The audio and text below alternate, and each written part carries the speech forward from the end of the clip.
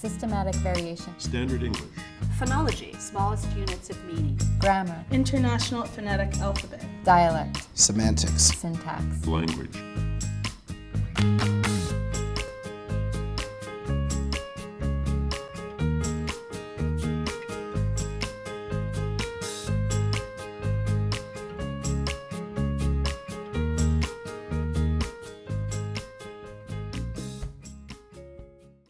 I don't know if there's a set definition for it, but I think for me, proper grammar is when you use words correctly in a sentence grammatically, and what you're thinking relates to what you're trying to say on paper, as well as how you're saying it when you talk to someone like in a conversation. Poor grammar to me is when people, for example, use I feel good instead of I feel well, or I'm doing good. Things like that. If it doesn't sound right, it's probably not proper grammar. I believe that good grammar would be not using words like LOL or OMG. There's like phrases and stuff that have like developed over the past few years that like I just think are like it's improper English. It's just not. They're not really words. They're just like slang. English that is grammatical has the principles, follows the rules and syntactic rules of English. Personally, I think good grammar would be just any grammar that lets you communicate, your opinions. I think I define it to a certain extent by what the purpose of the writing is. There are different good Englishes that are appropriate for different contexts. Proper grammar is using an accepted structure, a standard of English in writing. There are rules in a larger sense that if you follow those rules, then you're said to be using good grammar. What I would say to any student that's writing a paper, your responsibility in articulating your ideas is to be as clear and to the point as possible. And if you are using improper words or you're using poor grammar, then you're never going to make your point in a clear and concise way. They always say, oh, I don't know anything about grammar, because if they had anything about it in high school, they've of course forgotten. I mean, maybe from grade school we did a lesson, maybe like 3rd or 4th grade, lessons on like pronouns and nouns and past participles. But I've long forgotten all of that stuff. How much grammar, overt grammar, do new college students know? In terms of the terms? Yes. Shockingly little. I would really say none, honestly. Like sometimes even terms like the subject of the sentence are not clear to them. Actually, I had this experience the other day. I was trying to show a student ways to make his sentences more concise. And I showed him a sentence and asked, what is the subject of the sentence? And he didn't understand the question. I don't think you really needed to be a great writer necessarily, but I do think they need it for other reasons. Just like, people need to know biological terms for the human anatomy or geographical terms for landscapes. They should know linguistic terms for language.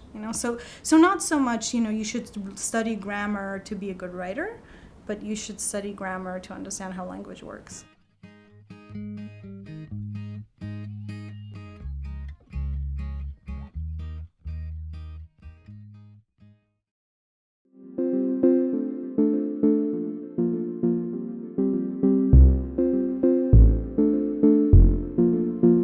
The selection process itself is a preparation. The writing of a college essay is a really important task. We don't have a college essay which students have to write. And I think that's it really disturbs me the more I think about it and the more I understand about our students, because they've never really been asked to reflect on themselves as learners.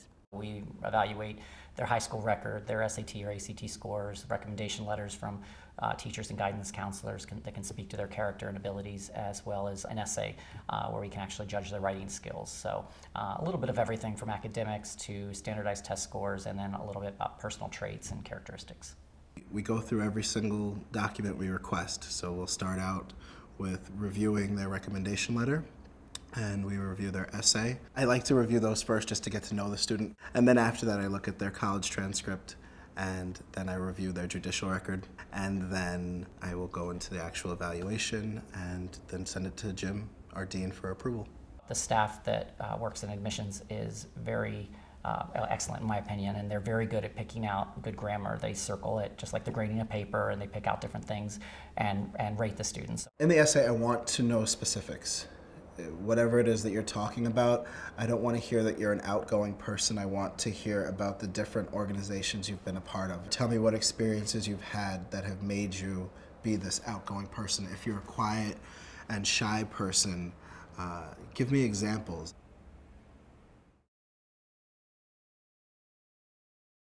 We offer placement tests for the college, writing and math. And the placement test for writing is basically a short essay, 3 short questions that really focus on the main idea, the author's intent, the tone, and then an essay question of their choosing, and one that is really focused on the reading, and another one that may take a concept from the reading and ask them to apply it to their own experience. We look for comprehension, we look for grammar, we look for organization, that kind of thing.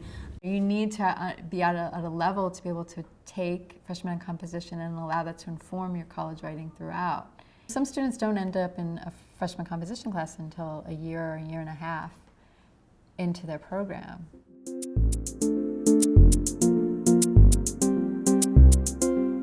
Academic writing is a genre. It's highly stylized, highly formulaic, and students know how to switch on and off.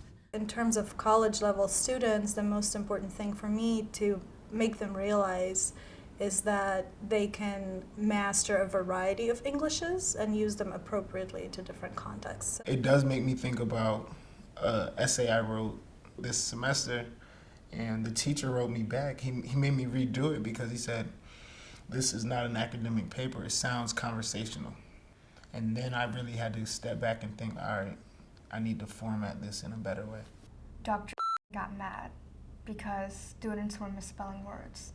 And he's like, if you guys keep on doing this, I'm gonna have to start giving you guys like F's in English. And he started taking off half points for every misspelled word.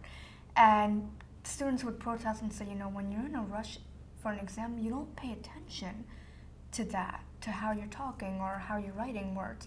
And he's like, you're college first-year students, you should know how to write.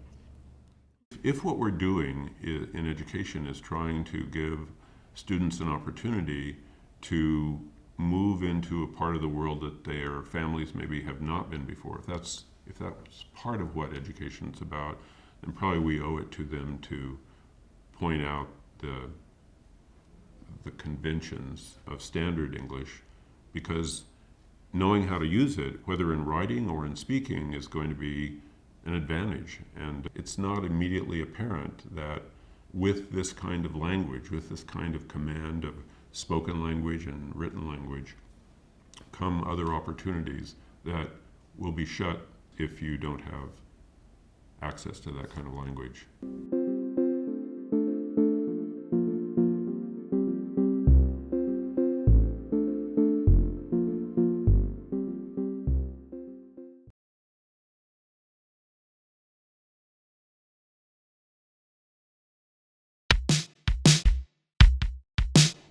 Everybody has an accent. Accent usually refers to an aspect of your phonology or your prosody that marks you as being a member of a particular community.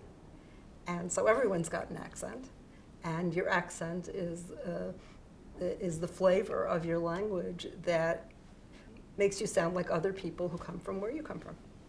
Once when we were picking out a crib that turned into a baby's bed, this is New York, the color, the woman said, we have it in blue, but also it comes in almond. And I didn't know what she was talking about. And I said, well, what color is almond? English Canadians often have a lot of prejudice towards French Canadians, And I had been a French major in college before I went to Canada, and French had very positive associations for me. And one day I was just listening to the radio, and there was a French Canadian speaking in English on the radio, and just hearing the accent, I found myself having a little bit of negative reaction to it. And I was aware enough to sort of go, gee, where did that come from? And sometimes English Canadians will like make fun of French Canadian pronunciation. And so you just sometimes just hear it mocked a little and become stigmatized. And that had seeped into my thinking, even as somebody who really, really should have known better. There's actually a book called The Gallery of Beastly Mispronunciations, and it was written in the 80s, and or was originally written in the 80s. It's been updated, and it contains. It's a huge book. I mean, it's this huge book of words that have been mispronounced by many people, and a lot of the things that are in there are people trying to be really fancy, like saying vase when they've said vase all their lives, and all of a sudden it's like, oh, the nouveau riche must say vase. And my favorite example, and I think this was a very 80s thing, is I've never heard anyone say it, but apparently people who felt that they were fancy started saying gazebo. Like, we're going to dine out in the gazebo. And that's never been a thing.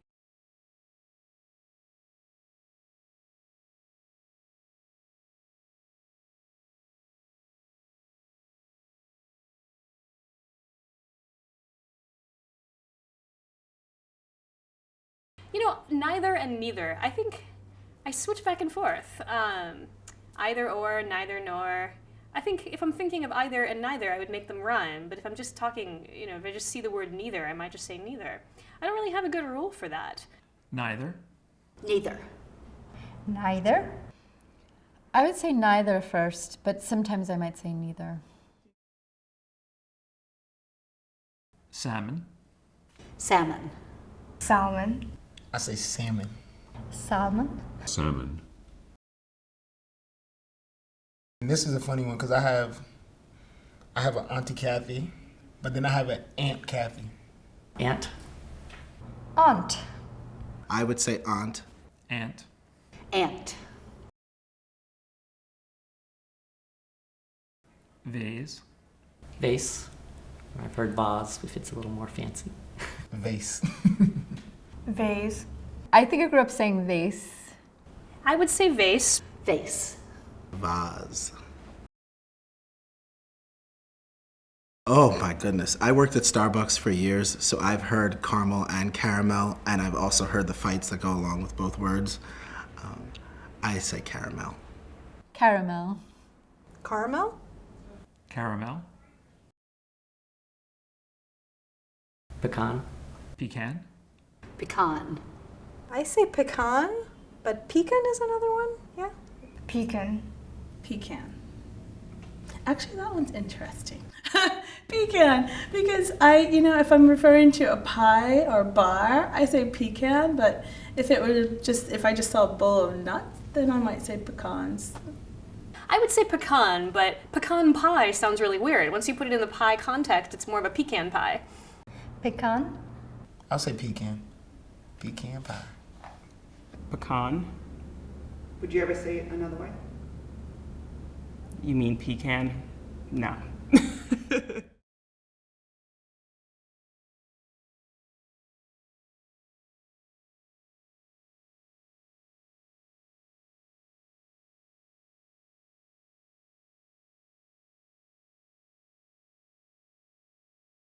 Do you want to come with? That's not a complete sentence to me. Like, with what? I mean, I believe you're not supposed to end a sentence with the word with, because it's with what? There's no reason that you can't end a sentence with a preposition. I mean, that rule is just left over from Latin. That's an old-fashioned rule that is maybe not paid much attention to. That's something I would say. Do you want to come with? That is very unique. Theoretically, the word unique should be sufficient to mean something is one of a kind. So therefore, very unique would kind of be redundant. Oh, that is very unique. Okay, so can a thing be very unique? So the issue here, of course, is that there are some words that are absolute or not absolute. So you are either unique or you're not. Unique meaning one of a kind.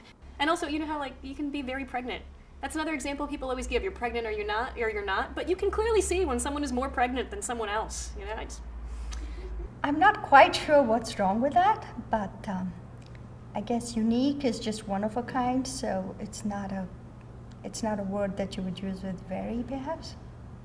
I might even have a propensity to utter it or write it, and then I will immediately edit out the very. So this is problematic for me, but I think I do engage in it. I know now unique it's already like the most extreme of that word, so you don't need very. But before, it sounded like typical to me. I might could do that. That sounds terrible. That's definitely bad grammar. The might and could together doesn't sound right. It would be, I might do that, or I could do that. That one I recognize as an American regionalism, and as one that's been around for a long time, and it's fine by me. I've been in communities where people use it all the time. Well, I feel affection for this form because my mentor is from Texas, and this is a regionalism that she uses, and I found myself incorporating into my own speech, and it's something that I use as an example when I teach about dialects. I might could do that. Well, that's Southern. You're very knowledgeable. Use better, hurry up. That's troubling because it's use. But I mean, I still understand what they're saying. Oh God, use better, hurry up. I would never say that.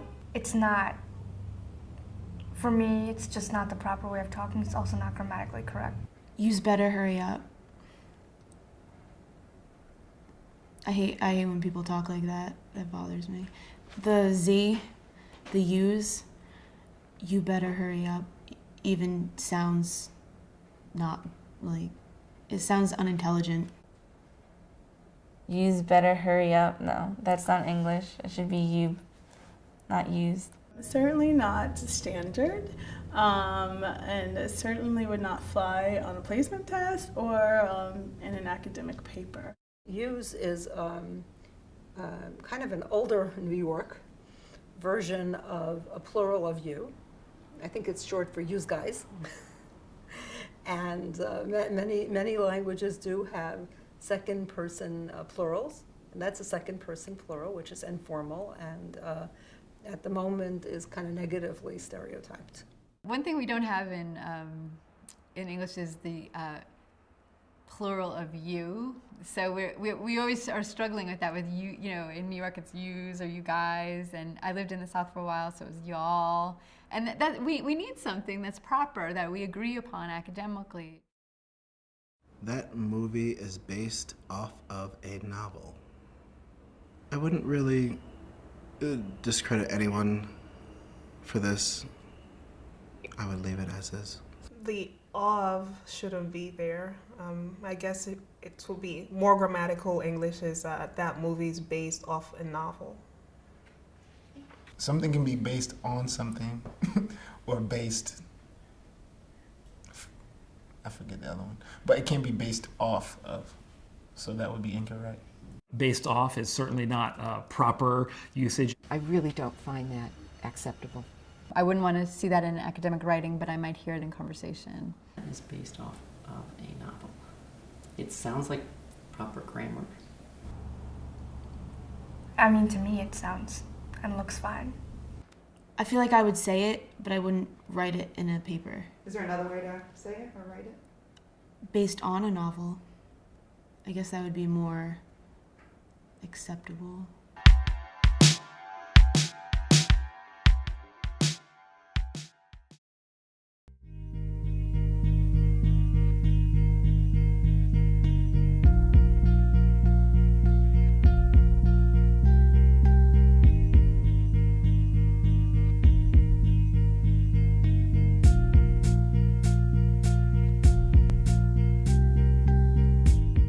difference between mechanics, usage, style, and grammar. I think of grammar as the broadest of those terms, and it's used in different ways. Linguistically, it refers to the way sentences are put together, or syntax, most commonly, or that's the most technical meaning of it. But grammar is often used in education to refer to writing mechanics, knowledge about how language works, such as parts of speech, sentence structure, usage. Style is something that I think of as being sort of above and beyond correctness. It's something that has a lot of variation. It cuts across a lot of different versions of a language. It doesn't have rules in the same sense. It has a lot more creativity. Mechanics, I think, really refers to written language. It's punctuation, capitalization, the parts of written language that are above and beyond the representation of sounds and words. Ain't has been around for a long time, but it came to be used less by the upper social classes, more by the poor and working classes. And this goes back to England before any English settlers had even come here. Then as English settlers of different social classes came, they would have been somewhat separated socially right from the beginning. And so those differences have persisted for centuries. People think, oh, if somebody says ain't, that sounds uneducated. Well, it's not a marker of education, it's more a marker of the language of a particular community. And there are historical reasons for a lot of those differences. Ask and ax. Ax is one that's particularly associated with African American speech, though not completely. That goes back hundreds of years ago, that ask and ax were both used in England sort of interchangeably. Just like today, often and often are used pretty much interchangeably in American speech. Often developed as a pronunciation that reflects spelling is a newer pronunciation, but it's getting more common. So ask and ax were like that, and there wasn't as much written language back then either, so it wouldn't have been as much influenced by the spelling. It came to be that ask was used more by the richer people, ax more by the poorer people, to oversimplify somewhat.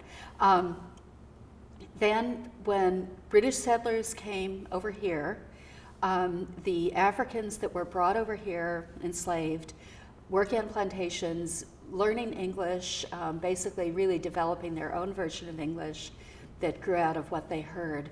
What they picked up was the working class, poorer British pronunciation of ax, and then that has persisted. And social segregation has made it a feature that has continued to persist.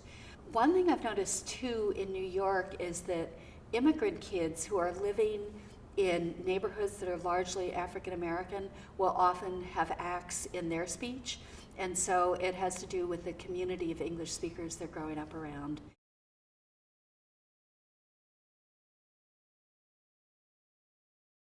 Subject-verb agreement in standard English is very, very simple for regular verbs. And basically it's I walk, you walk, he walks, we walk, they walk. And so it's only for third person singular, he walks, she walks, that you put an S on the end. That's for the present tense. Okay, in African American vernacular English, there's one small difference. That speakers of it, and not universally, not every time, but they are likely to say he walked down the street today. One little difference, okay, one verb form that they use differently. It's more regular, exactly. And the way grammars of language change, often over time they become simpler. English used to have a lot of verb declensions, a lot of changes in the endings, but they've mostly dropped away.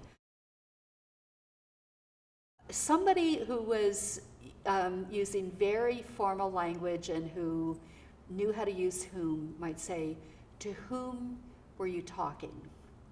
Okay, somebody who wanted to sound formal but maybe didn't quite know all the nuances might say, whom were you talking to? without realizing that if you're stuffy enough to use whom, you're also stuffy enough not to put to at the end of the sentence, and it should be to whom are you talking. If you're going to go stuffy, go all the way. Okay? Most people would say, who are you talking to? I've got a story about can I and may I that comes from Brian Garner, who I mentioned earlier. And he has this in the introduction to his book, Garner's Modern American Usage. He was renting a car. He went to the counter and he asked the woman, can I get an upgrade? And she said, don't you mean may I? And this was very funny because my thought was, well, did she not know to whom she was speaking, the author of this major reference book on usage? But of course, as he explained it in his book, that she was reacting out of reflex, that if somebody says, can I, you should correct them because it's not polite. But he wasn't asking for permission. He wanted to know if the upgrade was available. And so she was really, in her reflex, misinterpreting the whole question, and actually perhaps being a little rude. And he was very nice about it. He said, well, it's nice to see that she was interested in preserving grammatical niceties. A few years ago, I was interviewed for a newspaper article, and a couple days after it came out, I got an email from my sister, and she said, did you really say to this reporter, teachers are like, I don't want to deal with spelling in middle school. And of course, in the written language, it wouldn't have that inflection. And I said, yeah, I did. That's the way I talk. And that's what he chose to quote for, for whatever reason. But I was busted, but I'm not ashamed of it. It's the way I talk. I do ask people, well, what's wrong with funner? You say greener, right? Why wouldn't funner be correct? And people are usually stumped. Sometimes people say it doesn't sound right. They just say it doesn't sound right, yeah, which is a lot of what it's about. But people are hard pressed to come up with a rule, and it should be correct. And the reason is, it's only recently that fun has been used as an adjective. We would say, I had a lot of fun using it as a noun, but more recently people have started saying that it was a fun party that I went to, and then it's natural because it's a one-syllable adjective, which was sounding okay to people, to then start inflecting it and say, boy, that party was funner than the other one. But then at that, people look askance, but then can't explain why it doesn't sound right. And it will be sounding more and more right over time. I'm pretty sure. We can't always predict, but I think it's likely to.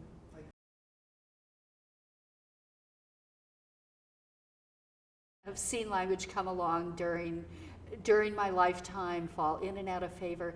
The word groovy had a shelf life of about 17 days in 1967, and then it was immediately, oh, only teeny boppers would use this word. It didn't last very long at all. Even though I intellectually understand that language constantly changes and that everything will potentially go and change, and if I came back 1,000 years from now, I might barely understand people, speaking my language.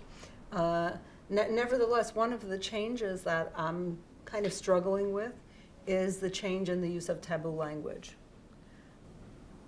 Because when I was younger, in my community, women didn't curse a lot.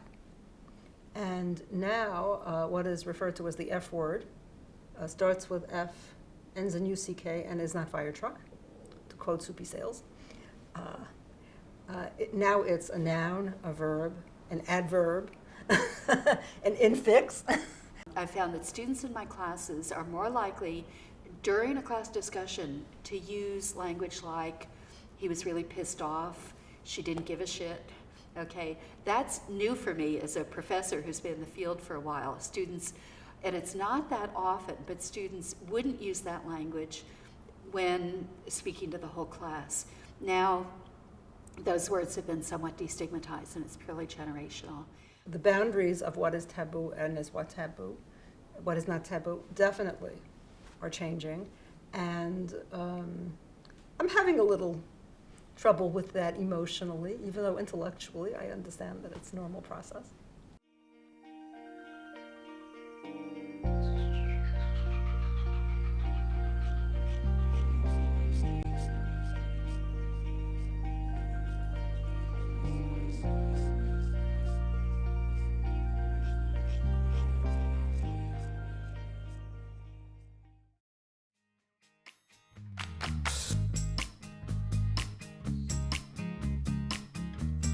academic discourse is an umbrella term for many genres of language use, which have rules and norms that are referent to particular oral or written contexts. We are writing and speaking in a conversational way more so than ever before because of text language or emails, which we just dash off, and we use conversational tone, I think, in those media, and then we're used to it, so we don't step back and necessarily think when we're in an academic setting that we have to now move into a more formal structure. It's really interesting. Our students will actually hand in a paper that will use text language. They'll actually hand in, with the word YOU will become you, and they just have no, so I think that's a problem, is that there's a blurring of, students write a lot in text language, and so they're so immersed in that. No one speaks academic English at home. And so natives and non-natives need to learn it through literature, through exposure, through contact with people in or out of school, or through the media that use academic language, and then they mirror it in their own production if they're going to be successful. With language variation among native speakers of English, we talk a lot about forms like African American vernacular English, how they differ from so-called standard English, and about the fact that the language you speak is a reflection of the community that you're from. Almost all languages have different varieties. English has a particularly large number of varieties because it's a language of wider communication around the world. And so there are global standards that are referent to their country. So there's an American there are a group of American standards. There is the RP of the UK and other local standards. What does RP stand for? Received pronunciation, and that would be the most elite speech. The royals, I assume, would speak RP. There are places where English is the first language, and there are local standards. There are also forms of English where English is one of several official languages of the country, and where there are distinct varieties. Then there are Englishes which are used informally as languages of wider communication. And those are other varieties, but they often have some kind of stability.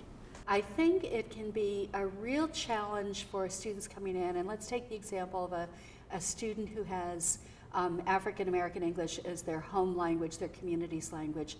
Probably by the time they get to college, particularly a college like Hunter, they're going to be aware of more formal language. They're going to know about using it in writing. They will have learned about the oral use of more formal language.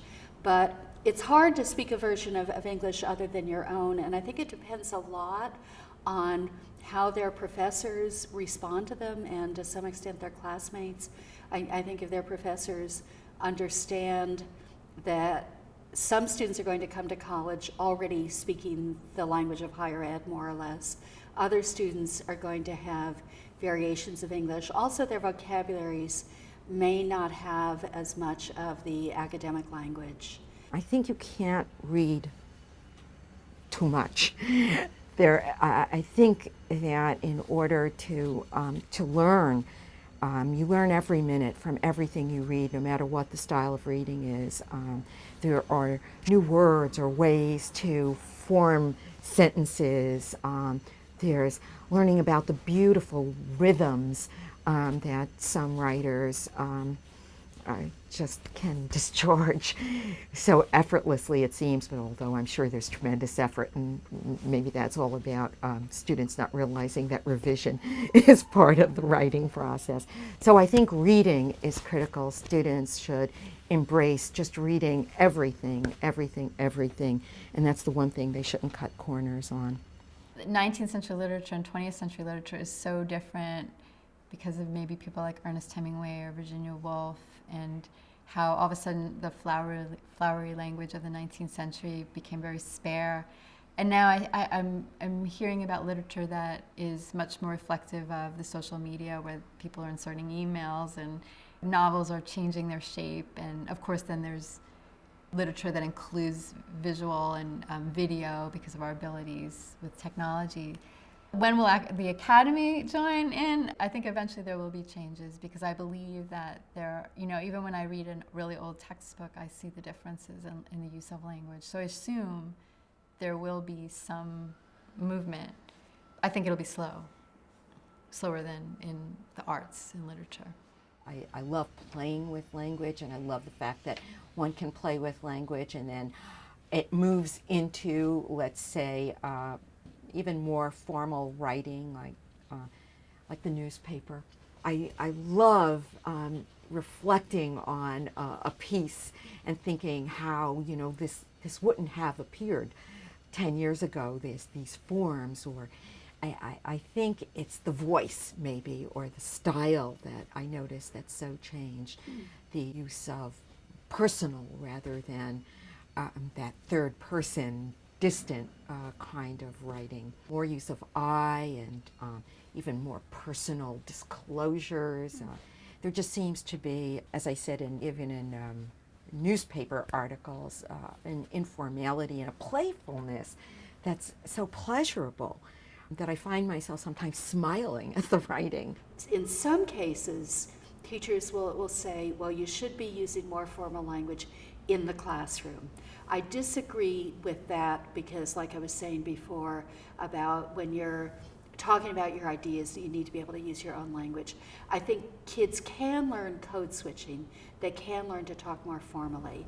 It's so easy to get led down a path of stigmatizing, of blaming, of treating it as lesser than in some way. And I think it is human nature to think, I talk right the way those other people talk, they talk funny. And that's fine, that's natural. But I think as teachers, as educators, it's important to have a deeper understanding and to question those language prejudices.